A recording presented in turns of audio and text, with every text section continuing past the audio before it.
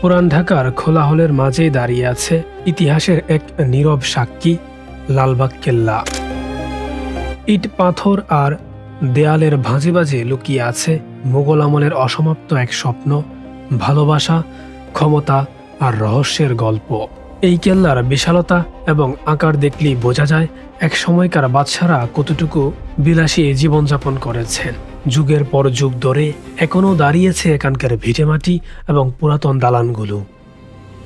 লালবাগ কেল্লার নির্মাণ শুরু হয় ১৬৭৮ খ্রিস্টাব্দে মোগল সম্রাট আওরঙ্গজেবের পুত্র শাহজাদা মোহাম্মদ আজমের হাত ধরে। তৎকালীন বাংলা সুবাহর রাজধানী ছিল ঢাকা, আর এই কেল্লা গড়ে তোলার উদ্দেশ্য ছিল একটি শক্তিশালী মুঘল দুর্গ নির্মাণ করা।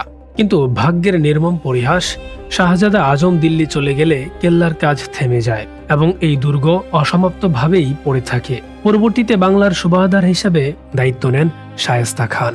তিনি আবার কেল্লার নির্মাণ কাজ শুরু করেন, কিন্তু হঠাৎ ঘটে যায় এক মর্মান্তিক ঘটনা।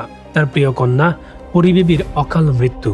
এই শোক তার জন্য এতটাই গভীর ছিল যে শায়েস্তা খান কেল্লাটিকে অশুভ মনে করে নির্মাণ কাজ চিরতরে বন্ধ করে দেন। আজও এখানে কালের সাক্ষী হয়ে রয়েছে পরী বিবির সমাধি বা কবর। আর এভাবে লালবাগ কেল্লা থেকে যায় একটি অসমাপ্ত মোগল স্থাপনা হিসেবে। লালবাগ কেল্লার ভেতরে মূলত তিনটি গুরুত্বপূর্ণ স্থাপনা রয়েছে। প্রথমত দেওয়ানি আম, যেখানে প্রশাসনিক কার্যক্রম পরিচালিত হতো। দ্বিতীয়ত সেই বিখ্যাত শাহী মসজিদ, মোগল স্থাপত্যের অনন্য নিদর্শন এই মসজিদটি, যেখানে এখনও সেই সময়ের নকশা ও কারুকাজ চোখে পড়ে। এবং তৃতীয়ত সবচেয়ে বেশি আলোচিত হলো পরী বিবির সমাধি। সাদা মার্বেল পাথরে তৈরি এই সমাধি লালবাগ কেল্লার ইতিহাসকে দিয়েছে এক করুণ ও রহস্যময় রূপ। এর পাশেও রয়েছে আরও ছোট ছোট কয়েকটি কবর। পরী বিবি ছিলেন সম্রাট আওরঙ্গজেবের আত্মীয়া এবং সুবাহদার শায়েস্তা খানের কন্যা। মাত্র অল্প বয়সেই তার মৃত্যু পুরো কেল্লার ভাগ্য বদলে দেয়।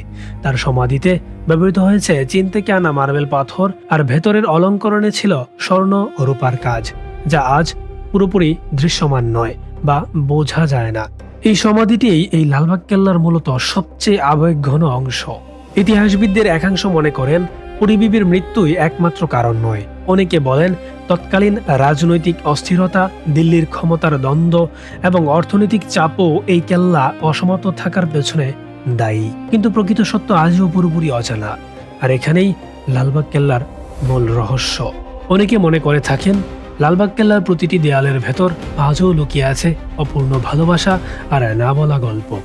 কেল্লাটি সম্পূর্ণ হলে হয়তো আজ এটি হতো মুঘল আমলের অন্যতম একটি শ্রেষ্ঠ দুর্গ।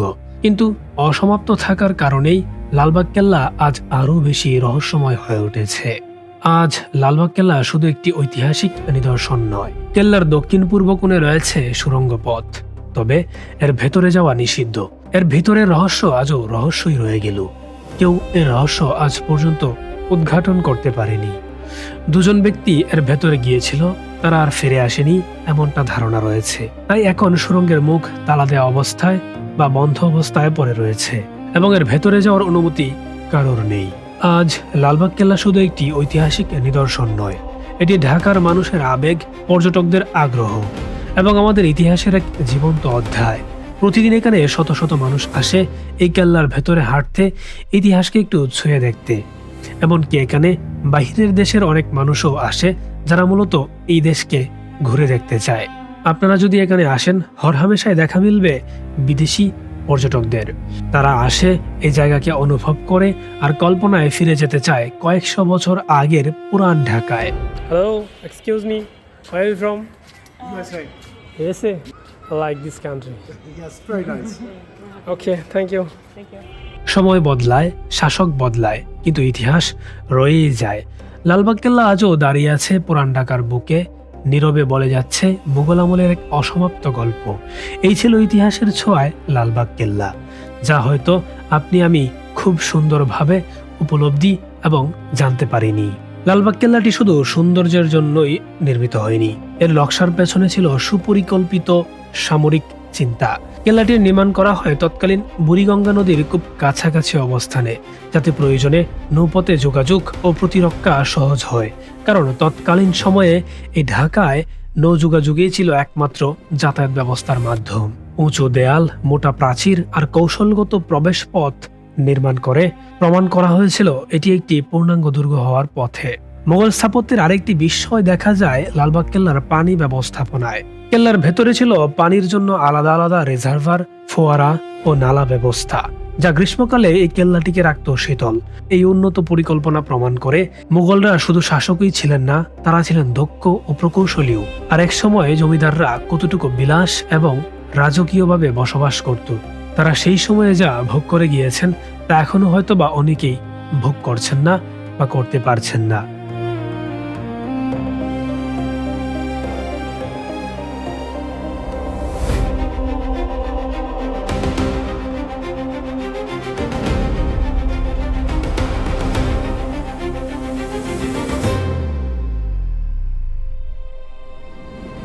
পুরান ঢাকার মানুষের মুখে মুখে শোনা যায় রাতের বেলায় নাকি কেল্লার ভেতর অদ্ভুত নীরবতা আর ভারী অনুভূতি নেমে আসে।